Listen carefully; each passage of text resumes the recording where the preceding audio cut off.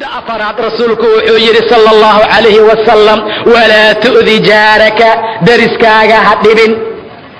dariskaaga ha dhibin buu dhahay sallallahu alayhi wasallam dhibnay maanta oo dardaarankii nabiga ka tagnay maanta waa dhibnay oo waa cadaadinay dariska ayaan u jecelnahay wax dhibaato la gaarsiiyo dariska anagoon dhibin maba seexan karnaba habeenkii dariska anagoonan dhibin oon dhibaato gaarsiinin magaalada maba aadi karnaba dariska anagoon dhibaato gaarsiin suuqa maba u kallihi karnaba dariska anagoon mashaakil gaarsiinin waxba ma samayn karnaba rasuulkana fiiri waxa uu leeyahay walaa tu'di jaarak dariskaaga ha dhibin oo haddaadan dariska dhibin takun mu'minan qof mu'min ah oo iimaan leh ayaad noqonaysaa sidaa ayuu yidhi nebiga sala allahu calayhi wasalam haddaba dariska yaanan dhibin waa xadiiska mushaahidka aan ka rabno sidaa darteed dariska ha la wanaajiyo dariska ha la qiimeeyo dariska ha la qadariyo dariska ha la ixtiraamo war aan u tagno oo aan dhahna nacafiya dhibaatadaan idin gaarsiinay ilmaha yaryarkaa maanta markay dhagax ku tuuraan dariska oo naloo soo dacwoodo waxaan la safanaa ilmaheena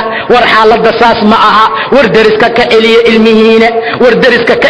celiya ilmaha iyo dhibaatada ay ku hayaan war dariska ha ku dheeraynina raadiyaha xataa diinta islaamku waxay diidaysaa sarta asaga uu dhistay mid ka dheer inaad dhisato si aad hawada uga qariso waa shay xaaraama oo mamnuuca dariska meesha uu gaarsiisan yahay iyo heerka aan maanta gaarsiinay isma lahan rasuulka sala allahu calayhi wasalam wuxuu yidhi isagoo abaa hurayra tilmaamaya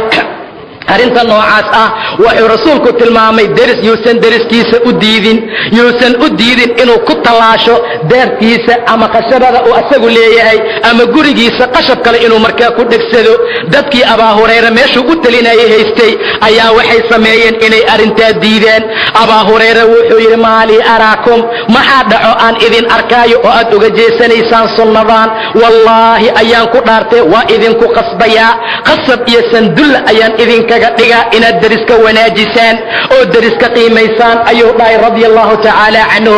haddaba dariska ha dhibin waa maadadii afaraad ee nebiga uu dadka kula dardaarmayay sala allahu calayhi wasalam walaa tu'di jaaraka dariskaaga ha dhibin haddaadan dariska dhibin mu'min ayaad noqonaysaa qofka suuqa wax ku iibinaayo qofka dhinacaaga kula jooga waa dariskaaga ee wanaaji beeca ha ku dhibin beeca ha ku qayaanin mashaakil kasta ha ku samaynin xaaladda noocaasa iska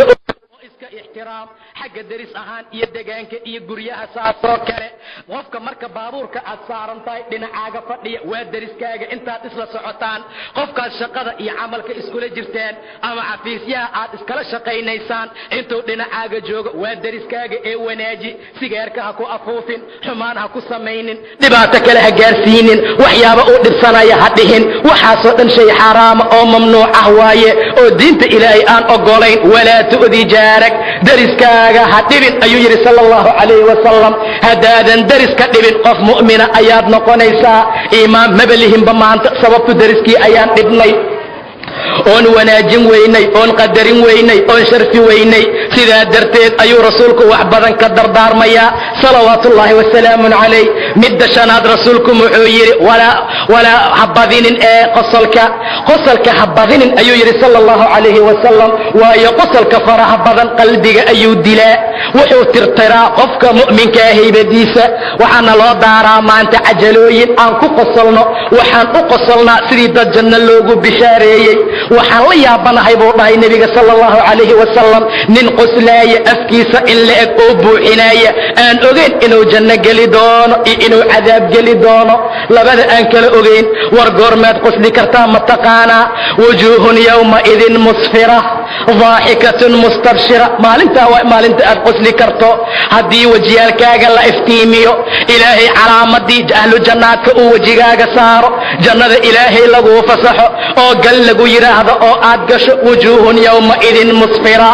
daaxikatun mustabshira way qoslayaan waana bishaaraysanayaan ayuu yidhi ilaa subxaanahu wa tacaala anagoon ogeyn inaan janno geli doonno iyo inaan cadaab geli doonno balse camaladeena ay u eg yihiin ilaa inuu ilaahay noo naxariista maahane acmaashii naarta lagu geli lahaa inaan subaxdii markaan soo kacna deriskaan ka bilownaa dhibka dadka jidka maraayaan ku xijinaa suuqaan tagnaa markaasaa khiyaano iyo qish iyo beec laysku khiyaano iyo riba la qaato ayaan ku jirnaa casirkaan soo noqonaa annagoo qaadkeena iyo jaadkeena wadana salaadii ayaa la adinaa xaya cala asalaax xaya cala alfalaax meelaha aan ku qayilnaan fadhiisanaynaa maqribka ilaa cishaha ayaan meesha joognaa intaa ka gadaal waa la jiiftaa ilaahay lama yaqaano salaad looma soo kaco qiyaamuleyl looma soo kaco rabbi